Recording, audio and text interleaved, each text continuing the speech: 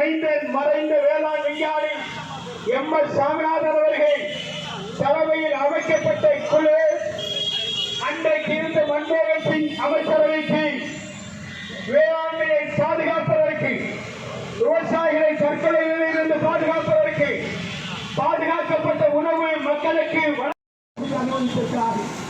இந்த ஆண்டு ஒட்டுமொத்த தமிழகத்திலும் அதற்கான அறிவிப்புகளை வெளியிட்டு அதற்கான நிறுவனங்களை அடையாளப்படுத்தினார்கள்.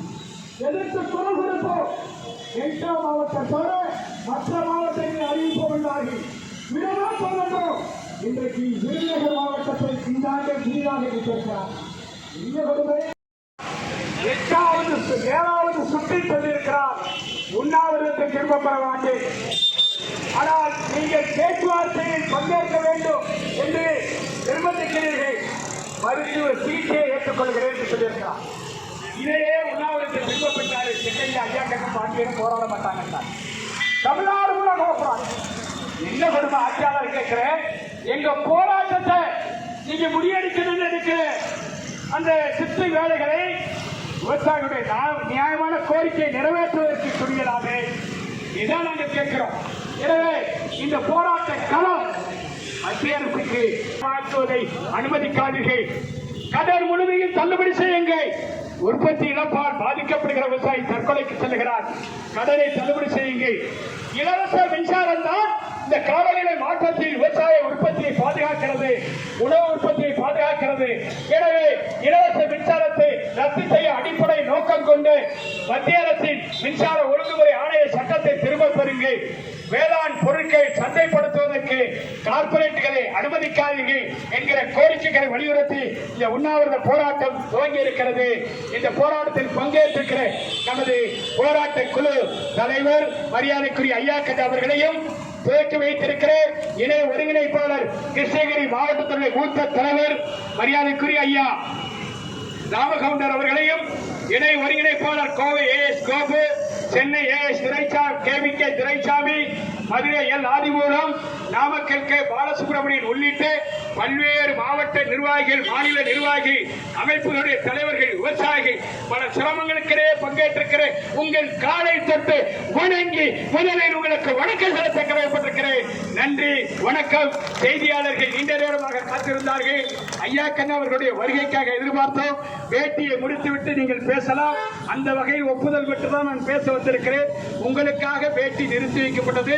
செய்தியாளர்கள் 1 மணி நேரமாக காத்திருக்கிறார்கள். அவர்களோடு நாமும் துணை கோர்ப்போம், கோரிக்கைகளை வென்றெடுப்போம், வெளி உலகத்துக்கு எடுத்துச் செல்வோம். விவசாயிகள் ஒற்றுமை.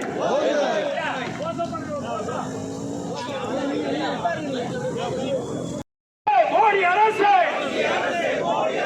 காப்பாற்று, காப்பாற்று, விவசாயிகளை காப்பாற்று. உயிருக்கு போராடி வரும் ஜக்தி சிங் எல்லை வாழை காப்பாற்று, காப்பாற்று. மத்திய அரசு, மோடி அரசு கொண்டு வா, கொண்டு வா, கொண்டு வா, கொண்டு வா. குறைந்தபட்ச ஆதார விலை என்ன சட்டம் கொண்டு வா, என்ன சட்டம் கொண்டு வா. திரும்ப பெறு, திரும்ப பெறு. விவசாயிகளுக்கு இலவச மின்சாரத்தை ரத்து செய்யும் அடிப்படை நோக்கம் கொண்டு மத்திய அரசின் மின்சார ஒழுங்குமுறை ஆணைய சட்டத்தை திரும்ப பெறு, திரும்ப பெறு. தள்ளுபடி செய், தள்ளுபடி செய். மோடி அரசு, மத்திய அரசு, மத்திய அரசு, மத்திய அரசு விவசாய கடனை தள்ளுபடி செய், விவசாய கடனை தள்ளுபடி செய். நிபந்தனை இன்றி தள்ளுபடி செய், நிபந்தனை இன்றி தள்ளுபடி செய். கொண்டு வா, கொண்டு வா, கொண்டு வா, கொண்டு வா. விவசாயிகள் விளைபொருளுக்கு, விவசாயிகள் விளைபொருளுக்கு குறைந்தபட்ச ஆதார விலை, குறைந்தபட்ச ஆதார விலை என்ன சட்டத்தை கொண்டு வா, என்ன சட்டத்தை கொண்டு வா. நிறைவேற்று, நிறைவேற்று, நிறைவேற்று, நிறைவேற்று. மோடி அரசு, மத்திய அரசு, மோடி அரசு, மத்திய அரசு எம்.எஸ். சாமிநாதன் பரிந்துரையை, எம்.எஸ். சாமிநாதன் பரிந்துரையை நிறைவேற்று, நிறைவேற்று. வேண்டும். விவசாயிகள் உற்பத்தி செய்கிற பொருளுக்கு லாபகரமான விலை, குறைந்தபட்ச ஆதார விலை நிர்ணய சட்டத்தில் வேண்டும். விவசாயிகள் விற்பனை செய்வதற்கு உரிய சந்தை வசதியை மத்திய அரசு உத்தரவாதப்படுத்த வேண்டும். விவசாயிகள் தற்கொலையை தடுக்க வேண்டுமானால் அவர்களை 5 லட்சம் பேர் தற்கொலை செய்து கொண்டு இருந்திருக்கிறார்கள். இனிமேல் தற்கொலையை அனுமதிக்கக்கூடாது. எனவே விவசாயிகள் பெற்றிருக்கிற வேளாண் கடன் முழுவதையும் நிபந்தனை இல்லாமல் தள்ளுபடி செய்ய வேண்டும் என்கிற கோரிக்கைகளை வலியுறுத்தி அந்த குழு பரிந்துரையை நிறைவேற்றியிருக்கிறது. அதனை நிறைவேற்ற மத்திய அரசு மறுக்கிறது. இதனை வலியுறுத்தி தான் தண்டேவால் அவர்கள் எஸ்கேஎம் எம்பி அமைச்சருடைய தேசிய ஒருங்கிணைப்பாளர் ஜெகதீஷ் சிங் தண்டேவால் அவர்கள் கடந்த நவம்பர் 26ஆம் தேதி முதல் சாகுபடி உண்ணாவிரத போராட்டத்தை கல்லூரி பாடலில் தொடங்கியிருக்கிறார். அப்போராட்டத்தை முடிவுக்கு கொண்டு வருவதற்கு உச்சநீதிமன்றம் எடுக்கிற முடிவை மத்திய அரசு ஏற்க மறுக்கிறது. தொடர்ந்து புறக்கணித்தது. நிறைவாக இப்போது அவரோடு பேச்சுவார்த்தை நடத்தி வருகிற பிப்ரவரி 14ஆம் தேதி சண்டிகரில் பேச்சுவார்த்தைக்கு அழைப்பு விடுத்திருக்கிறோம். வரவேற்கிறோம். ஆனால் குறைந்தபட்ச ஆதார விலை நிர்ணய சட்டத்தை கொண்டு வராமல் பேச்சுவார்த்தையை தோல்வியடைந்துவிடும். விவசாயிகள் இறப்பை தடுக்க முடியாது. டல்லேவால் உயிரை பாதுகாக்க முடியாது. எனவே டல்லேவாலை பாதுகாக்க வேண்டும் என்று வலியுறுத்தி மத்திய அரசு வலியுறுத்தி போராட்டத்தை நடத்தினோம்.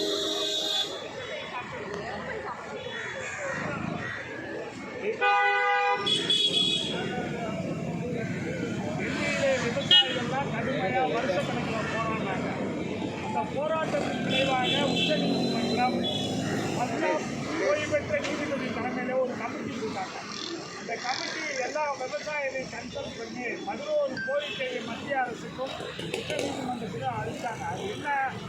விவசாயிகளுக்கு லாபகரமான விலையை கொடுக்க வேண்டும். மோடி ஐயா சொன்னார்,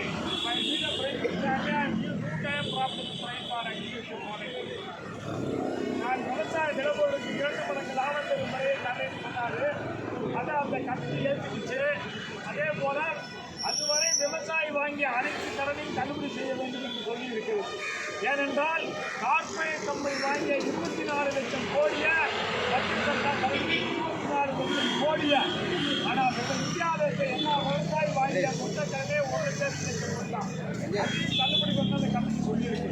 அது மாதிரி புதிய மின்சார சட்டத்தின் மூலம் இலவச மின்சாரத்தை எடுக்க முயற்சி பண்ணுறாங்க. அதை எடுக்கக்கூடாதுன்னு சொல்லியிருக்கு. அதே போல கிராமங்கள் தோறும் மார்க்கெட் அமைச்சு பொருள் விற்பனைக்கு ஏற்பாடு பண்ணணும்னு சொல்லியிருக்காங்க. அது மாதிரி 11 கோரிக்கையை வச்சிருக்காங்க. அந்த கோரிக்கையை 22/11 2024ஆம் தேதி கொடுத்துருக்காங்க. அதை கேட்கறதுன்னா நல்ல அதுக்கப்புறம் 6 நாள் கழிச்சு தொடர்ந்து சாகு வரைக்கும் அவங்க இருக்காங்க. இப்போ அவர் குறைக்கிறது ரொம்ப சொல்றாங்க. அவரை ஆதரிச்சுதான் எங்களுக்கு வாழ்வழிக்க வேண்டிய மத்திய சர்க்காரும் கண்டுக்கல. மாநில சர்க்கார் பார்த்தீங்கன்னா எங்கள் நெல்லெல்லாம் விற்கவே முடியல. இன்னைக்கு ஏன் விற்க முடியலன்னு டிபிசி கொண்டு போனால் லஞ்சம் கேட்குறாங்க. லஞ்சம் கொடுப்பதும் குற்றம், வாழ்வதும் குற்றம்னு ஆனால் கொண்டு போனால் 40 மூட்டைக்கு 40 ரூபா சொல்கிறான். ஒரு கிலோ நெல் 18 ரூபாய்க்கு 54 ரூபா தரேன்னு மோடி சொன்னார். ஆனால் லஞ்சம் கிலோவுக்கு 2 ரூபா கேட்டால் விவசாயிகள் வாழ முடியுமா? சாவாங்க. அதே போல் விவசாயி மாணவர்களில் நான் அமித்ஷா சொன்னார், இதை ப்ராமிஸ் பண்ணார். நீங்கள் யூனிவர்சிட்டி சொன்னார் கோதாவரியும் காவிரியும் இருக்குது.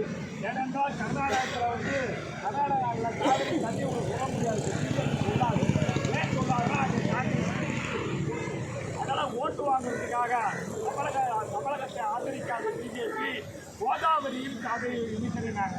ஏன்னா 300 டிஎம்சி தண்ணி தான் தகராறு. இப்போ பிரச்சனையே இந்த 300 டிஎம்சிக்கு ஒரு ஆண்டுக்கு கோதாவரியில் 1233 டிஎம்சி கடலில் வேஸ்ட் ஆகுது. இந்த தண்ணியை திருப்பி விடுறேன். நாங்கள் இதை திருப்பி விடல. அதுக்கு தமிழக சர்க்கார் கேட்க மாட்டேங்குது, பைசா கொடுக்க மாட்டேங்குது. எங்களுக்கு இப்போ வயல்லாம் அழிஞ்சு போச்சு. அழித்து அந்த பயிர்களுக்கு நஷ்டம் கொடுக்க வேண்டியது தமிழக சர்க்காருக்கு நிலைமை. ஆனால் நாங்கள் நிதி கேட்டோம், 6500 கோடி கேட்டோம். 260 கோடி கொடுத்துருக்காங்க. பத்தாது, நிதி இல்லைன்னா சரி கொடுத்தா நாங்கள் போய் டெல்லியில் போராடுறோம்னா டெல்லிக்கு தடுக்கிறாங்க. இவங்களுக்கு பிஜேபிக்கு என்ன சம்பந்தம் இருக்குது? கொடுக்காம இல்லையா? காவல்துறைக்கு தடுப்பது நோக்கம் என்ன? காலையில் பார்த்தீங்கன்னா 3 மணிக்கே வீட்டில் போலீஸ் போட்டாங்க.